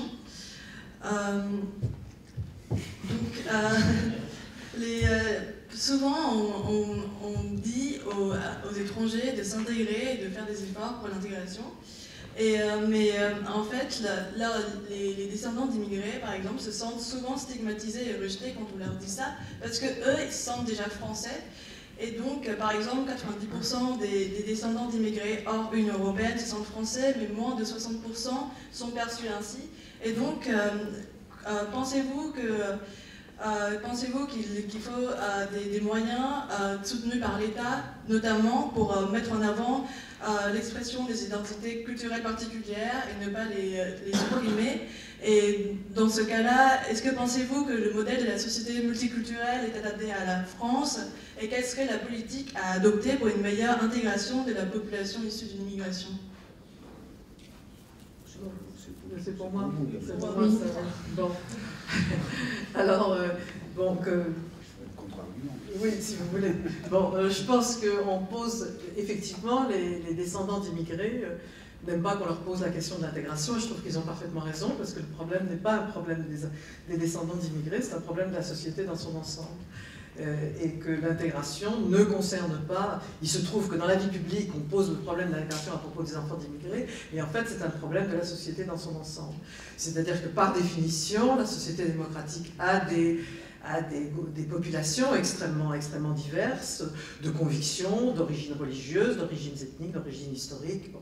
Et que quand elle fonctionne selon ces valeurs, elle doit transcender ces diversités, admettre ces diversités et les transcender par l'espace public commun dans lequel tout le monde est également citoyen. Bon, alors on sait que c'est pas comme ça que ça se passe, que effectivement les grandes vagues d'immigration ont toujours connu des formes de résistance et de xénophobie. On a tout à fait oublié qu'on parlait des Italiens du Sud comme on a parlé dans les générations suivantes des enfants d'immigrés. Maintenant, les descendants de ces immigrés italiens du Sud, ils sont tous dans le sud-est de la France et ils votent pour le Front National parce qu'ils n'aiment pas les nouveaux immigrés, donc ils sont bien intégrés. Et donc le problème d'intégration est un problème général de notre société. Et s'il y a des problèmes d'expression, de refus de participer à la société, de dialogue, de discours anti-français, c'est parce que c'est autant... il y a la responsabilité de ceux qui les profèrent, naturellement, mais il y a aussi, et d'abord, la responsabilité, disons, de la société dans son ensemble qui se délite trop pour donner aux nouvelles populations comme aux anciennes le sentiment qu'elles participent à un collectif. Alors, la société multiculturelle, je n'ai jamais très bien su ce que ça voulait dire. C'est-à-dire que, par définition, toute société est multiculturelle dans le sens qu'elle rassemble des populations diverses, encore une fois, par leurs origines, leurs croyances, etc. Faut-il avoir des politiques multiculturelles? C'est au sens de policies, hein, au sens d'une action publique. Et là, je crois que ce n'est pas le rôle de l'État, que s'exprime librement dans l'espace privé par toutes les formes d'expression, d'identification des associations, des formes spontanées de l'expression d'identité particulière, ça fait partie de la liberté des individus démocratiques. Mais que ce soit l'État qui organise la division de la population et la reconnaissance des particularités dans l'espace public, il me semble que le rôle des institutions publiques sont plutôt d'insister sur ce qui est en commun parmi ces différentes personnes et non pas ce qui les différencie ou ce qui les divise. Et donc, pour une politique multiculturelle, je suis contre, tout en reconnaissant et en pensant que ça fait partie de la liberté démocratique, que s'expriment des identifications culturelles particulières. Mais si vous êtes contre les politiques multiculturelles, on peut prendre le contre-pied, par exemple, on peut parler des politiques d'assimilation, du coup. Quel est votre rapport à... L'assimilation, il ne faut pas avoir des problèmes de mots. Hein. On a parlé successivement d'assimilation, d'intégration. Maintenant, on parle d'inclusion. Moi, je veux bien. C'est toujours, et ça désigne toujours le même problème. Comment faire participer des populations diverses à un espace commun qui est celui de l'espace public commun à tous. C'est le même problème. Alors, assimilation, nous critiquons maintenant beaucoup le terme, puisqu'il avait l'air d'impliquer que les gens devenaient tous semblables. Et évidemment, c'est ni un fait, ni une chose souhaitable. Hein. La diversité, la véritable diversité fait partie de la réalité sociale et des valeurs démocratiques. Alors que le terme d'assimilation, qu'on retrouve encore dans certains articles du Code de la nationalité, qui est le terme ancien, qui désignait ce problème de la participation de tous, descendants d'immigrés comme les autres, à la société commune, a été remplacé, je vous dis, successivement par l'intégration et l'inclusion, mais on désigne toujours le même problème, les mêmes difficultés et la même façon de les dépasser. Oui, enfin, moi je partage grosso modo, mais je crois qu'il y a quand même un changement. De toute façon, je parle grosso modo. Non, je partage grosso modo cette analyse que je connais quand même, par ailleurs. Mais je crois qu'il y a un changement auquel il faut être très sensible. C'est que, au fond, nous les Français, on a vécu quelque chose de plus fortement que les autres, qui est l'idée que nous vivions dans une société nationale. Quand je pense à l'éducation scolaire, enfin, je veux dire, c'était évident que la France existait, qu'il y avait une culture française, une géographie française, une langue française, et qu'un immigré, c'était quelqu'un qui allait s'appeler Dupont au bout d'une génération, même s'il avait le droit, en étant mineur du nord de la France, d'aller à l'église assez discrètement par ailleurs, pour ne pas se faire remarquer. Bon. Donc on a vécu ça extrêmement fortement, et aujourd'hui, ce que nous vivons, mais pas en France, on vit partout sur la planète, c'est qu'on n'est plus dans des sociétés nationales en ce sens-là. C'est-à-dire qu'on est dans des sociétés qui sont plurielles. Moi, le mot pluriel me va assez bien. C'est-à-dire que, par exemple, société nationale, ça veut dire même les mécréants comme moi sont en réalité catholiques et chrétiens. C'est ça que je veux dire de société nationale. C'est-à-dire qu'il y a un fond culturel qui est partagé par tout le monde. Aujourd'hui, ça ne sera plus le cas. Je crois qu'on peut très bien vivre ensemble, on accepte de la manière que vous venez de décrire, c'est-à-dire qu'il faut trouver, je ne vais pas employer le mot arrangement raisonnable, mais dans la plupart des cas, on a des arrangements raisonnables. Je suis désolé. veux dire. C'est pas bien tragique d'avoir des accommodements raisonnables. Ce qui me gêne.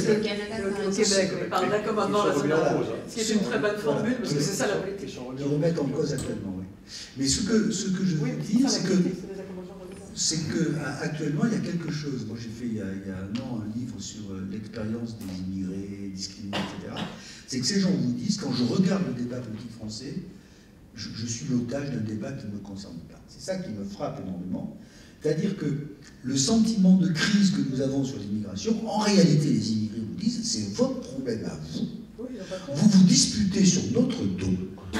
Vous faites de l'islam une question épouvantable, vous faites de notre existence une question, alors que nous, vous disent les gens, on vit dans cette société, et notre problème majeur, c'est qu'il n'y a pas de boulot, c'est qu'on est mal payé, c'est que nos enfants ne réussissent pas bien à l'école, et donc, ce que je crois, c'est qu'il faudrait que notre style politique français, si je peux me permettre, soit un peu moins théologique. C'est-à-dire qu'on ne transforme pas tous les incidents de la vie sociale en enjeux du style « la République est menacée et ne s'en remettra pas ». La République n'est pas menacée et s'en remettra. Et je crois qu'il faudrait que nous soyons un peu pragmatiques sur ces questions-là. On y gagnerait. Et ce qui nous caractérise, c'est qu'au fond, aujourd'hui, il y a en France, pour beaucoup de gens, le sentiment que l'image qu'ils ont de la société est en train de se défaire.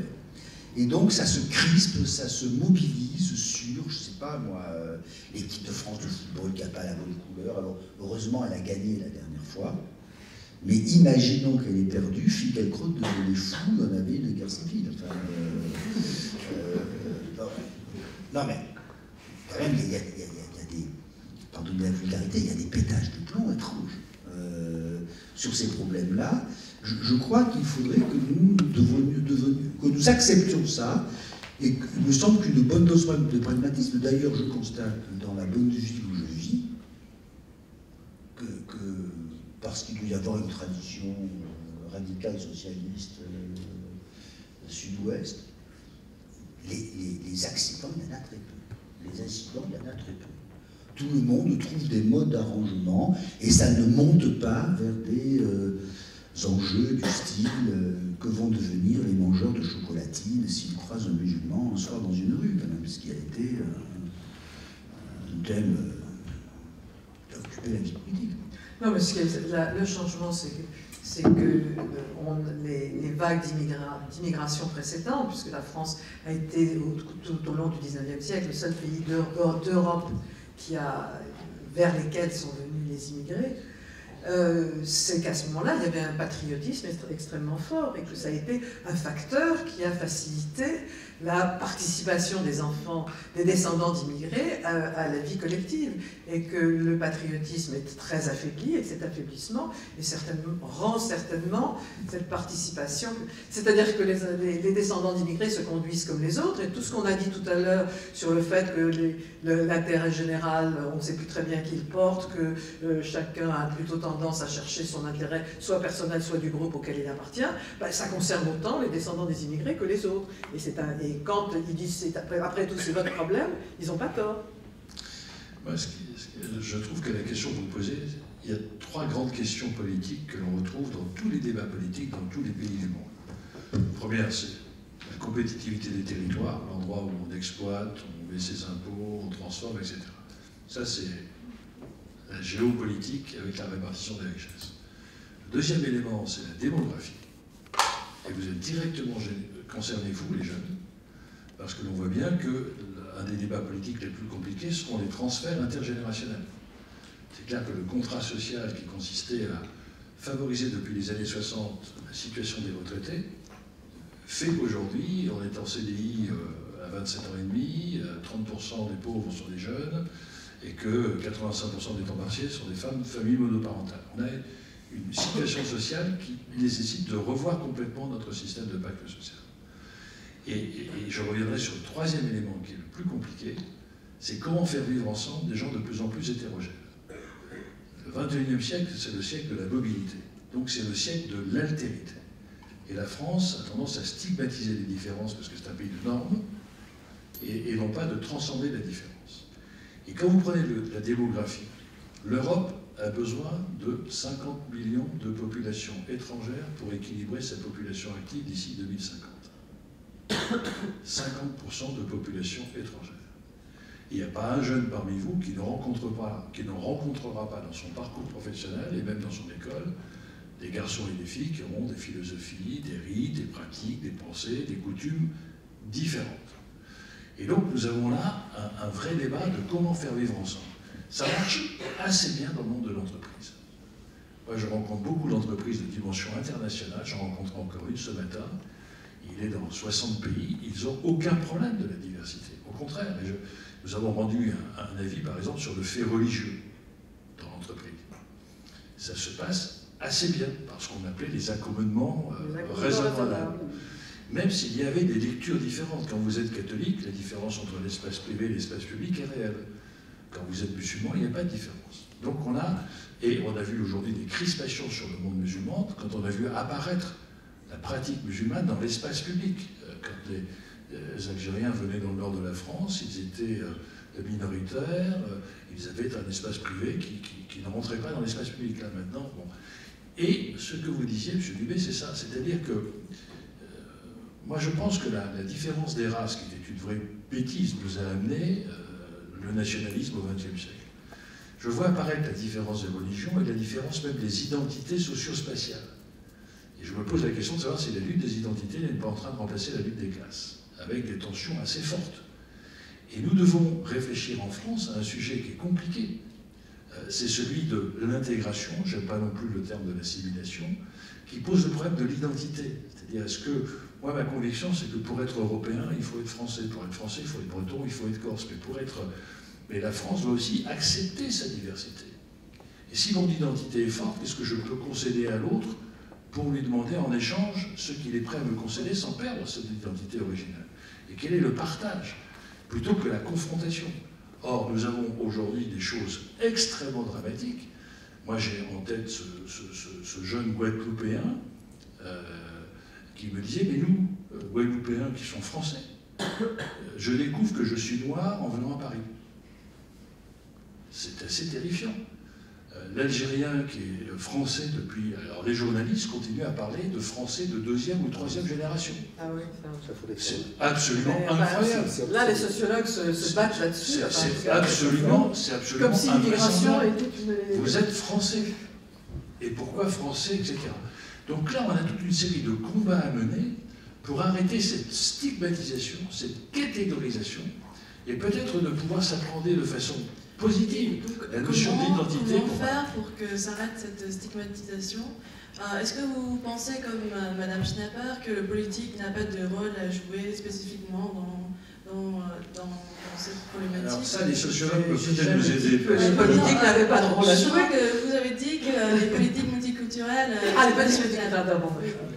Non, mais je crois que là, il faut que peut-être les sociologues nous aident à réfléchir. Parce que notre société, elle se socialisait sur le travail, sur la famille. Aujourd'hui, on voit bien que le travail, là aussi, il va falloir que l'on se pose des questions. Qui croit encore à l'emploi pour tous? Si on est dans des sociétés qui demandent de plus en plus de performance et de plus en plus de qualifications, toutes celles et ceux qui sont sans qualification, ils ne vont pas passer leur vie à faire des stages en laissant croire qu'à la fin du stage, ils vont rentrer dans un système économique. On a un débat. Comment on remet l'activité comme outil de socialisation? Et donc, moi je suis là très demandeur de voir comment l'école peut être un formidable lieu d'apprentissage de la différence pour mieux la partager, je veux dire, d'où l'éveil et peut-être la connaissance de la culture de l'autre, de la religion de l'autre, au nom de la laïcité d'ailleurs.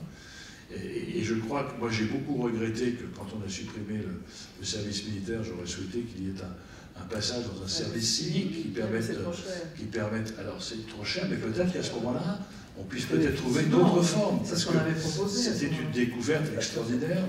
Maintenant, oui. Le vrai problème, vous voyez, c'est intéressant ce que dit Mme Schnapper, c'est-à-dire qu'aujourd'hui, on analyse ça en coût, mais pas en effet indirect de ce que ça coûte. C'est-à-dire que, par exemple, si on mettait 1% du PIB mondial pour gérer le changement climatique, ça marche. Et si on ne le fait pas, ça coûte 5%. Seulement, on verra le prix de la facture, on ne verra pas le prix des conséquences. Aujourd'hui, quand un gamin est exclu de l'échec scolaire et qu'il a compris qu'il allait être viré du système républicain pendant toute sa vie, il va trouver dans un système de survie, dans l'économie parallèle, la drogue, la prostitution, les moyens de subsistance. Et donc on voit bien qu'aujourd'hui, la République est en train de mettre en place un système d'exclusion en demandant à la société bien pensante de financer des choses pour le protéger de l'autre, la sécurité. Et on est dans un moment de basculement. Moi, j'ai vu ça en 95 et 2002. 95, fracture sociale, grand thème présidentiel.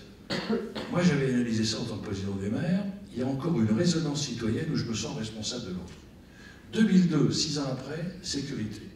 Et à l'époque, j'avais dit, et je m'étais fait un peu agresser, j'avais dit on a changé de société. C'est-à-dire que d'une société dans laquelle je me sens responsable en tant qu'acteur pour réduire la distance avec l'autre, je n'y crois plus à la réussite collective. Je demande au collectif d'assumer mes devoirs, je lui demande des droits, et surtout je lui demande de me protéger de l'autre. J'avais appelé ça le racisme d'assiette. Et aujourd'hui, soyons attentifs, et vous les jeunes notamment, parce que vous avez une pureté qui vous permet de combattre ça, quand une société est en tension, et je crois qu'aujourd'hui on est au bord de la rupture entre le légal et l'illégal, entre le contribuable et l'impôt, entre le citoyen, eh bien, on a tendance à chercher des boucs émissaires. Et on revient un peu dans les années 30. Et aujourd'hui, on met le bouc émissaire, c'est le juif, c'est l'arabe, c'est le politique. Et on voit bien que chacun est aujourd'hui procureur, en oubliant que demain, il peut être victime. Et nous devons être extrêmement attentifs à toutes les vigilances. On a vu il n'y a pas très longtemps défiler à Paris, dehors les juifs. On n'a pas vu ça depuis l'occupation. Et l'on voit bien aujourd'hui que la population est prête à s'enflammer. Dès que l'on voit un délinquant, immédiatement on peut avoir des tensions extrêmement préoccupantes. Et nous ne sommes pas suffisamment attentifs à toutes ces crispations, et c'est quelque chose sur lequel je crois que le problème que vous évoquez de l'intégration, mais l'intégration elle peut déjà passer par l'exclusion du copain, du fils du voisin, parce qu'il a la même race, mais quelquefois il gêne mon confort. Et donc nous sommes dans un moment où la société, j'avais été très frappé par la phrase d'Esther Duflo, qui disait « on ne défend la République que quand on a le ventre plein ». Et quand les gens sont dans un stress de survie quotidienne, eh bien, on a tendance, en se rendant sa peau, à bafouer un peu la morale de la République. Et ça, c'est quelque chose qui m'interpelle beaucoup, parce que là, le rôle des politiques devrait être non pas de caresser les bas instincts des peuples, mais c'est d'essayer de se mobiliser pour les transcender. Et je trouve que quelquefois, il y a des jeux politiciens extrêmement dangereux. Vous évoquiez tout à l'heure la manip sur le genre. Eh bien, quand je vois des politiques mettre de l'huile sur le feu, parce qu'ils pensent récupérer les électeurs, je suis extrêmement, extrêmement préoccupé. Bien, c'était une belle phrase pour conclure ce débat. Donc, on va maintenant passer à un temps d'échange avec le public. Je crois qu'il y avait quelqu'un tout à l'heure qui avait déjà une question et qui doit bouillir depuis. Donc on va lui laisser la parole.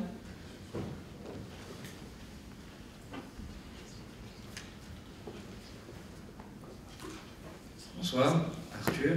J'aurais une question plutôt pour Mme Schnapper, parce que tout à l'heure vous avez dit à propos des élections que la droite est obligée de mettre un peu d'extrême droite dans la course et la gauche est obligée de mettre un peu de front de gauche. Est-ce que c'est pas le postulat que c'est la politique qui fait l'opinion et que l'opinion n'existe pas indépendamment de la politique? En fait, vous avez un peu répondu à une question la question que se posait M. Delevoye juste précédemment. Donc, est-ce que vous pourriez nous expliquer si finalement c'est la politique qui fait l'opinion? Bon, je pense que il faut pas, c'est pas dans ces termes qu'il faut poser la question. Le mode de scrutin traduit institutionnellement des formes d'opinion. Or, je pense qu'en ce moment, beaucoup des électeurs français ont le sentiment que entre la droite du PS et la gauche de l'UMP, il y a peu de différence, et que quand ils ont envie de faire de l'alternance, c'est-à-dire de sanctionner les gouvernants pour choisir les autres, ils ne sanctionnent pas vraiment. Et comme on a un mode de scrutin qui ne fait pas place aux petits partis, qui donne le scrutin majoritaire, aboutit à cristalliser une opposition gauche-droite qui ne correspond plus à l'état de l'opinion. C'est-à-dire que c'est vrai qu'il y a peu de différence entre les énarques qui nous gouvernent, qui passent par le Parti Socialiste ou qui passent par l'UMP, qui sont très proches les uns des autres et ils mettent grosso modo la même politique, mais le mode de scrutin majoritaire aboutit à faire une différence fondamentale entre la droite et la gauche, qui force à faire des alliances qui ne correspondent pas à la réalité des enjeux politiques et de l'opinion publique. Et il me semble qu'il serait souhaitable qu'on ait comme les Allemands un mode de scrutin majoritaire un peu corrigé par de la proportionnelle pour éviter cet effet pervers du scrutin majoritaire qui aboutit à dresser deux camps qui ne traduisent pas les véritables enjeux tels que les perçoit l'opinion. Et donc, il me semble que les institutions sont importantes. La présidentialité de la Ve République, quand c'est plus général, ça a incontestablement des effets pervers. Et je crois que le mode de scrutin majoritaire tel que nous le pratiquons a également des effets pervers dans, je ne sais pas que c'est pas les seuls facteurs, mais disons que ça a des effets pervers dans le désintérêt pour la participation électorale, puisqu'on a l'impression que beaucoup des électeurs et des jeunes électeurs ont le sentiment que les enjeux ne sont pas là. Ils ne se reconnaissent pas. Donc ils ne s'y reconnaissent pas.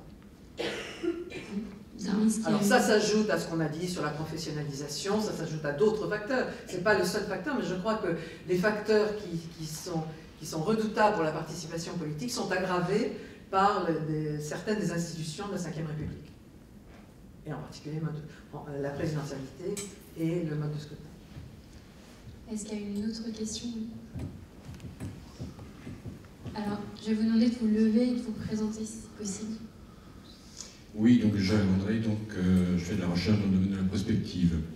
Alors, Monsieur Delvin a parlé de choc culturel. Alors, la question est, est-ce qu'un choc culturel pourrait conduire ou provoquer un renouveau institutionnel? La question a été dans la précédente réponse évoquée. Moi, je crois que oui. Je crois qu'en réalité, nous ne sommes pas en crise, nous sommes en métamorphose, ça a été rappelé dans la... Donc la métamorphose va complètement bouleverser tous les systèmes économiques, y compris politiques. Il y a quelqu'un qui a compris ça, c'est le pape. Le pape a parfaitement compris qu'aujourd'hui, il ne devait plus être au-dessus, etc. Et on voit que les gens adhèrent au pape, n'adhèrent pas à l'Église, donc c'est tout à fait intéressant. La question qui est aujourd'hui préoccupante sur la conduite collective, c'est que moi, je crois qu'on est guidé par des espérances collectives, des peurs ou des humiliations. Et on voit bien qu'aujourd'hui, il n'y a plus d'espérance collective. Le communisme a disparu, l'ultralibéralisme connaît ses limites, et les projets politiques, je suis orphelin d'idéologie politique. Alors, est-ce que c'est la fin des idéologies politiques? J'en sais rien. Et aujourd'hui, les politiques apparaissent plus comme des stratèges pour conquérir un pouvoir, qu'un pouvoir au service d'un projet. Or, sans vision, il n'y a pas de projet, sans projet, il n'y a pas d'adhésion, et donc forcément, les gens deviennent consommateurs de la République, et non plus acteurs de la République. Et on choisit un politique, pas tellement pour ses convictions, mais pour la préservation des intérêts. Est-ce que tu gardes mes impôts, est-ce que, etc. Je disais souvent de façon un peu provocatrice, la droite gardait ses tout-bibles, la gauche gardait ses profs, c'est très schématique, mais on voyait bien qu'aujourd'hui, on était guidé par sa clientèle électorale et non pas par un projet électoral. Et donc ça, c'est quelque chose d'extrêmement préoccupant. Quand je vois, par exemple, la façon dont on aborde les élections européennes, c'est absolument incroyable. Et d'ailleurs, le choc générationnel, c'est que la Grèce, on s'est tous réjouis que la Grèce vote pour la Constitution du traité européen. Quand on a décortiqué, les plus de 55 ans ont voté pour le traité européen, les moins de 55 ans ont voté contre. C'est-à-dire que l'Europe qui devait représenter un espoir pour la jeunesse grecque a voté contre, et c'était ceux qui avaient un patrimoine qui ont voté pour. Donc aujourd'hui, nous avons un vrai problème que nous ne sommes plus dans une gestion des peurs, mais dans une gestion des humiliations. Quand on est surdiplômé, sous-payé, on n'est pas malheureux, on est humilié. Quand on est viré à 40 ans sans alternative, on n'est pas malheureux, on est humilié. Or, la classe moyenne est en train de se réduire, la classe de l'élite est en train de s'évader vers le monde, et la classe précaire est en train d'augmenter. Les révoltes de classe moyenne, elles sont souvent guidées par des espérances alternatives, elles se guident. Les espérances des humiliés, elles se construisent sur des désespérances, et là, elles sont guidées par la violence. Et nous sommes dans un moment très compliqué. Il est urgent pour la classe politique, qu'elle soit européenne ou qu'elle soit française, de recréer des espérances collectives, qui doivent se nourrir d'espérances individuelles. Je suis frappé de voir que la France est en train de basculer du burn-out que j'avais dénoncé à l'inquiétude collective, alimentée par deux courants, la peur du déclassement de la classe moyenne et la capacité pour les jeunes d'imaginer un avenir mais en dehors du pays.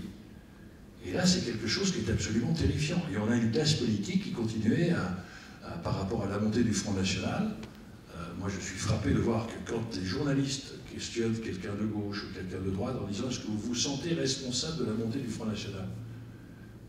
Personne ne se sent responsable, c'est toujours la faute de l'autre. Mais l'autre. Or, en Grèce, les partis républicains viennent de chuter de 80 à 40%. Et Obnoré, qui pourtant a été condamné par la justice grecque pour avoir tué des militants, est crédité de 15 à 16%. Et moi, je pense que c'est pas... Je n'ai jamais critiqué les gens du Front National, les électeurs qui votent le Front National. J'ai toujours critiqué les politiques de gauche et de droite qui condamnaient moralement l'électeur en refusant d'admettre que si les gens votaient Front National, c'est parce que leur offre politique était de mauvaise qualité. C'était le révélateur de l'insuffisance de qualité et d'attractivité de leur offre politique. Or, à force d'être aveugles sur le fait que leur comportement est en train de lasser le discrédit du politique est tombé à 1%. Moi, mon ambition, c'est de restaurer le politique et de restaurer le syndicalisme. S'il n'y a pas de crédit dans la parole publique, qui va stabiliser l'opinion? Aujourd'hui, on ne cherche plus, on en a ras-le-bol d'entendre un politique, on cherche des experts qui expliquent. Mais là aussi, c'est très dangereux quand on confie la gestion. Aujourd'hui, regardez, c'est plus le politique qui décide, c'est le tribunal, c'est le Conseil d'État. C'est comme invraisemblable. Et donc, on voit bien que le droit ne doit jamais précéder le politique. Donc, il faut absolument que nous retrouvions un souffle pour restaurer l'action politique, restaurer l'idéologie politique, restaurer le crédit du politique. Mais là, comme le disait Mme Schneider et vous-même, c'est qu'aujourd'hui, peut-être nous souffrons d'écoles de formation de pouvoir politique. Je suis très frappé de voir que celles et ceux qui arrivent au pouvoir, ils pensent au coup d'après. Comment faire une carrière sur la gestion politique. Donc on instrumentalise le citoyen, non pas pour répondre à ses aspirations, mais pour essayer de s'ouvrir sa soif du pouvoir. C'est quelque chose qui est presque un détournement de la démocratie. C'est là où peut-être il faut qu'on révise le cumul des mandats, etc. etc. Pardonnez-moi, sur un point simplement, ce que vous avez dit est un peu flippant, mais vrai. Il faut quand même savoir que la situation objective est moins mauvaise que la situation subjective. Alors je prends un exemple qui m'a beaucoup intéressé, le thème du déclassement. La France est tétanisée par le déclassement. En réalité, les seuls qui se déclassent, c'est les ouvriers non qualifiés qui perdent leur boulot. J'ai envie de dire, pour eux, tout le monde s'en fout. Et les actionnaires qui perdent du pognon. Mais pour les autres, il n'y a pas véritablement de déclassement. Il y a la crainte du déclassement. Il y a une peur panique du déclassement, il n'y a pas de réalité du déclassement. Si vous prenez pour les problèmes d'immigration qu'on évoquait, bon, pour l'essentiel, je ne dis pas que c'est limité à ça, pour l'essentiel, c'est quand même les problèmes sociaux. L'essentiel, c'est quand même des problèmes sociaux, il ne faut pas raconter trop. C'est pas que des problèmes sociaux. C'est pas que des problèmes sociaux, mais c'est quand même quand vous avez un quartier où il y a 80% de gens qui se disent musulmans et 45% de chômage, c'est pas étonnant que l'expression publique de ces gens soit on est mis au chômage parce qu'on est musulman, parce que c'est un peu comme ça que ça se passe. Donc je crois que nous, oui, on préfère dire qu'on a une identité positive, religieuse ou autre, que l'on est simplement défini par le regard des autres. Mais ce que je veux dire par là, c'est que nous aurions aussi intérêt à, comment dirais-je, à sortir, alors ça dépend des politiques, etc., mais à sortir de cette histoire très, très incroyable qu'est la crise. Quand vous regardez la situation économique en France, depuis 1974, nous sommes en crise. Depuis 1974, depuis 1981, le niveau de vie a doublé. Nous avons des chômages, mais nous avons créé 3 millions d'emplois. Nous étions à 15% de bacheliers, nous sommes, d'accord, ils ne sont pas tous très bons, mais quand même à 75% de bacheliers. Donc, si vous regardez ça d'un peu loin, on n'est pas du tout une société qui est, depuis 30 ans, dominés par la crise. En revanche, nous avons une sorte de représentation de nous-mêmes qui est absolument étrange. Alors, peut-être que c'est la politique, peut-être que c'est la politique, peut-être que c'est le système, que ce sont nos systèmes institutionnels qui ne cessent de dire vous n'êtes jamais à la hauteur de ce que vous devriez être et vous êtes nul, etc. Je ne sais pas, mais il est clair qu'il faut un choc de représentation. Parce que je crois que notre mal, il est réel, mais c'est vraiment dans nos têtes que nous avons quelque chose d'absolument étrange. Et quand nous avons, comme c'est notre cas et le cas de plupart d'entre vous, la chance de se promener dans le monde, on est quand même toujours sidéré quand on revient en France. Moi, j'ai une amie brésilienne qui fait un séminaire qui a un grand succès à Rio de Janeiro sur pourquoi les Français sont-ils si malheureux, alors qu'ils sont la 5e puissance économique du monde, qu'ils sont le 3e pays en termes d'inégalité, qu'ils ont des taux de santé absolument écœurants pour le reste de l'humanité, enfin. Voilà. Il y a quelque chose quand même qui est... Oui. Je ne veux pas faire le topo sur la névrose nationale, mais il y a un sujet, là. Quand même, quand vous regardez les chiffres, ils sont toujours meilleurs que le moral. Et justement, c'est peut-être le sujet d'un autre débat. Je crois qu'on ne va pas commencer là-dessus, parce que sinon ça n'arrêtera jamais. Du coup, on va inviter notre public à un cocktail qui est... Nos invités les rejoindront bientôt après la photo qu'on fera avec eux. Et voilà. Et en tout cas, merci beaucoup à vous qui êtes venus. Merci à nos sponsors aussi. Merci. Allez, oui, voilà. hasard.